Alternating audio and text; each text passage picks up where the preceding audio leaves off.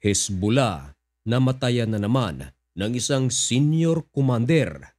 Ibinalita ngayon ng AP, July 4, 2024, ilang oras lang ang matapos na ma-upload ang videong ito. Kinumpirma ng AP na isa sa mga senior commander ng Hezbollah ang kumpirmadong napaslang na naman ng Israel at ito ay nangyari kahapon, Miyerkules, July 3, 2024. Ito ang pangalawa sa mga top field leader ng Hezbollah na napaslang ng Israel sa nakaraang mga ilang buwan. Maraming mga grupo ngayon ang nababahala, lalong-lalo na sa mga taong nag-aasam ng kapayapaan in the region sa pagitan ng conflict ng Israel, Hamas, Hezbollah. Sapagkat paano pa raw makakamit ang kapayapaan?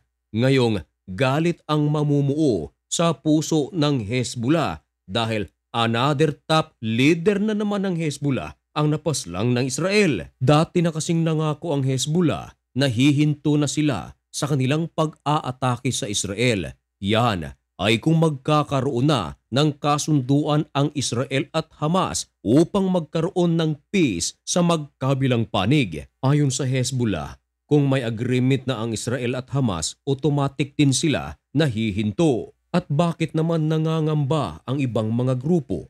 Nangangamba sila dahil sa mga sunod-sunod na mga commanders ng Hezbollah ang napapaslang ng Israel. Dahil kahit na magkaroon ng kasunduan ang Hamas at Israel at meron na silang ceasefire, hindi rin daw mawawala sa damdamin ng Hezbollah ang pagkamatay ng mga top leaders nito.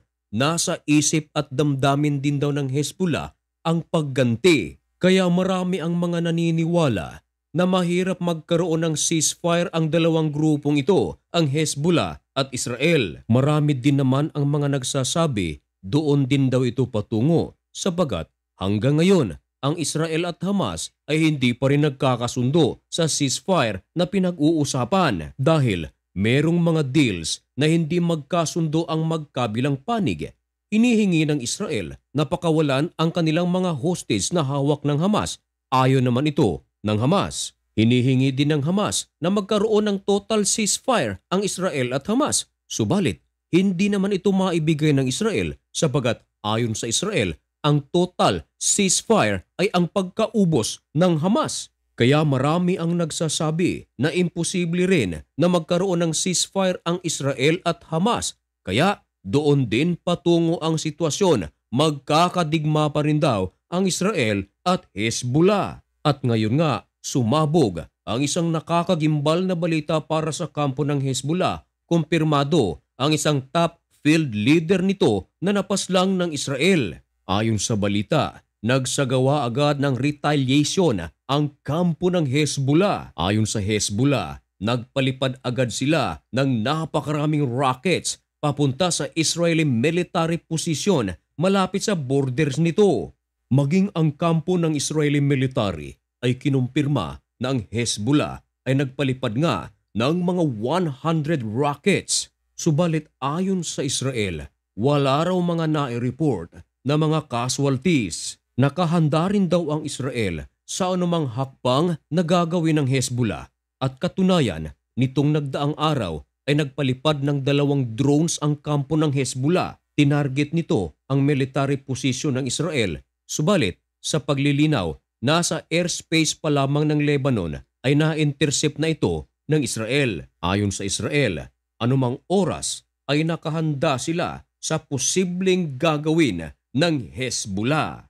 Maraming mga international diplomats ang nababahala rito at gumagawa ng mga paraan upang mapahupa ang tensyon sa pagitan ng Israel at Hezbollah na mauwi ito sa isang all-out war at ito ay napakalaki ng possibility. Ayon sa mga eksperto, napaka-importante daw na mapigilan ang posibleng giyera sa pagitan ng Israel at Hezbollah sapagkat kung ito ay mangyayari, maraming mga bansa ang mangingialam.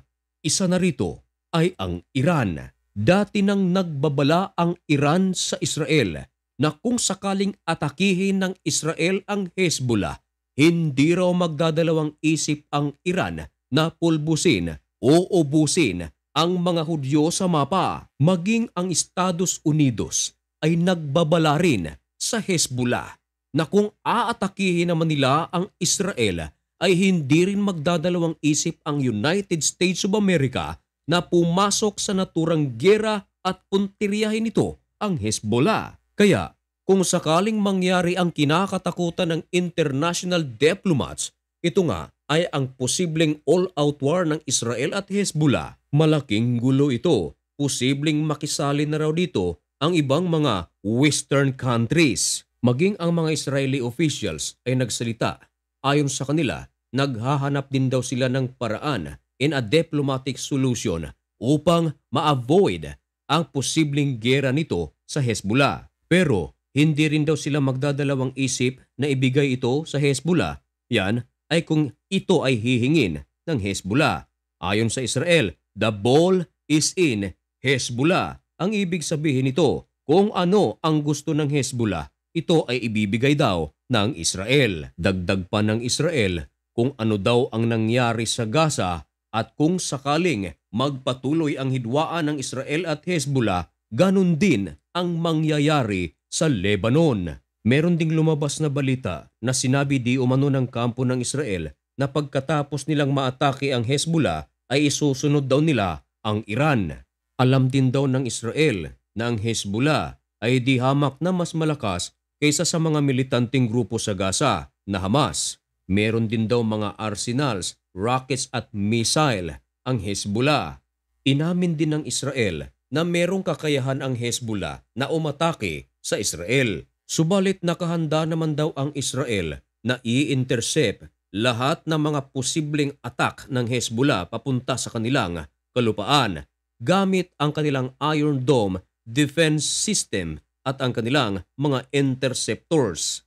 Magsisiyam na buwan na ang digmaan sa pagitan ng Israel at ng Hamas mula noong October 7, 2023 hanggang sa kasalukuyan. Sa pagtatala nila, umaabot na sa 2.3 million ka mga tao ang na-displaced mula sa kanilang teritoryo. Marami na ring mga Palestinian ang kusa ng inilipat ng Israel sa mga safe na lugar sa mga western part ng Gaza at sa northern part nito ay pinalipat na ng Israel ang ibang mga Palestinian. Paglilinaw pa ng kampo ng Israeli military nitong Martes lamang ay umaabot na sa 1.9 million ka mga tao ang kanilang mga nailipat sa mga safe na lugar.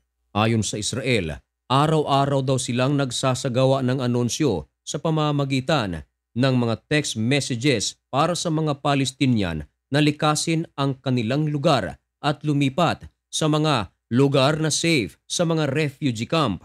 Marami ding mga coastal area sa Gaza ang safe na lugar para sa mga Palestino sabagat halos lahat ng mga miyembro ng Hamas ay nagtatago sa mga tunnels nito. Ang iba ay nasa syudad.